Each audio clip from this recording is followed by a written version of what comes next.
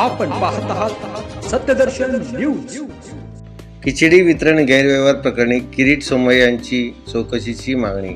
मुंबई महापालिकेत खिचडी वितरणात झालेल्या कथित गैरव्यवहार प्रकरणात ज्यांच्या खात्यात पैसे जमा झाले आहेत त्या सगळ्यांची चौकशी करावी अशी मागणी ईडीकडे केली असल्याचं भाजपा नेते किरीट सोमय्या यांनी आज मुंबईत घेतलेल्या पत्रकार परिषदेत सांगितलं।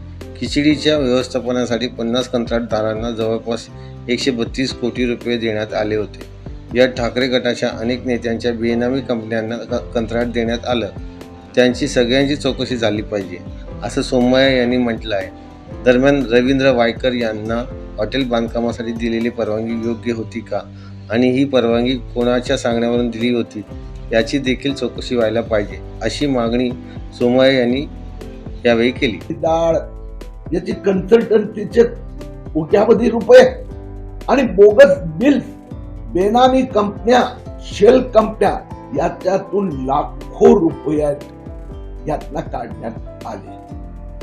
महापालिकेचे रेकॉर्ड चेक केले असताना लक्षात आलं या 50 कॉन्ट्रॅक्टर पैकी 20हून अधिक कॉन्ट्रॅक्टरनी किती खिचडी पॅकेट दिले, त्याची डिलिव्हरी कुठे केली, काय केली, कशी केली, त्याचा कुठलाच रेकॉर्ड नाही। या खिचडी अकाउंट मधून संजय राऊत यांच्या मित्र परिवाराच्या खात्यात पण लाखो रुपये गेले। मी मागणी केली आहे ईडीकडे की ज्यांच्या खात्यात गेले त्यांना बोलवलं पाहिजे, हे पैसे त्यांना कसे मिळाले असे आणखीन पण आहेत, सगळ्यांची चौकशी व्हायला